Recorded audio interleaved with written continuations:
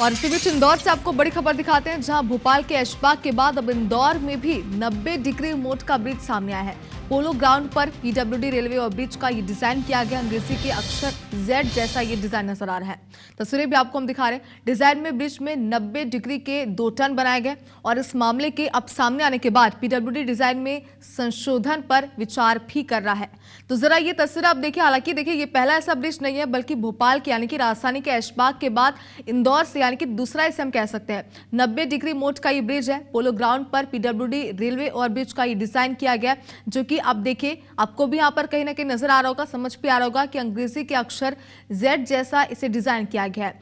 Design में bridge में 90 degree के 2 टर्न बनाए गए हैं और इस मामले के सामने आने के बाद पीडब्ल्यूडी डिजाइन में संशोधन पर विचार कर रहा है। अंशुल मुकाती हमारे सहयोगी हमारे साथ जुड़ के। अंशुल, देखिए, पहला मामला नहीं, दूसरी बार ऐसा सामने आया है। अब ये बताया जा रहा है कि पीडब्ल्यूडी डिजाइन में संशोधन पर विचार कर रहा है।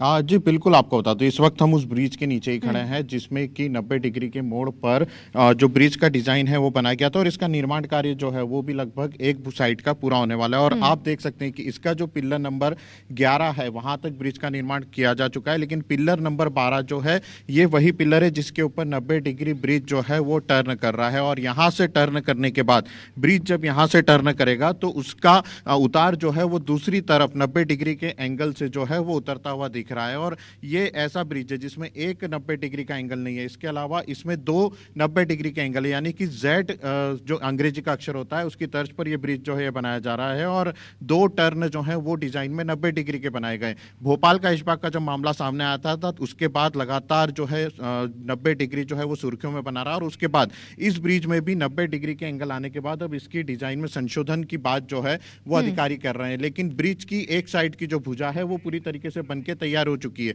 जब 90 डिग्री का एंगल इसमें भी निकल करके सामने आया तो इस ब्रिज पर बीच में जो पिलर नंबर 12 पर जो गटर्स रखे जाने थे उन्हें रोका गया, और उसके बाद अब इसकी डिजाइन में संशोधन करने की बात जो है वो पीडब्ल्यूडी के अधिकारी कर रहे हैं। लेकिन सबसे बड़ा सवाल ये उठता है कि जब ब्रिज का निर्माण किया जा रहा था, जब उसकी डिजाइन फाइनल की गई थी, तब इन एंगलों को क्यों नहीं देखा जाता था। जिस प्रकार से इस ब्रिज का भी निर्माण हुआ है, यदि ये पूरा निर्माण हो जाता और भोपाल के ब्रिज का मामला नहीं खुलता तो शायद यहां भी 90 डिग्री के 2 मोड़ जो हैं वो बनकर तैयार हो जाते। लेकिन चूंकि भोपाल का जब मामला सामने आया तो बाद उसके बाद अधिकारियों को लगा कि यहां पर भी 90 डिग्री के जो एंगल हैं वो विवाद खड़ा कर सकते हैं, और अब पीडब्ल्यूडी जो है इस पूरे मामले में इन दोनों एंगलों को, जो कि दोनों मोड़ आ रहे हैं 90 डिग्री के, उनको सुधार करने की बात कह रहा है। लेकिन सवाल ये खड़े हो रहे हैं कि जो डिजाइंस बनती हैं उन डिजाइंस में इन 90 डिग्री के एंगलों का ध्यान जो है क्यों नहीं रखा जाता। जब यहाँ मौके पर हम पहुंचे, हमने यहाँ पर देखने के प्रयास किए तो साफ नजर आ रहा है कि ब्रिज की एक भुजा जो है वो इंदौर के भागीरथपुरा की तरफ से निकल करके आ रही है,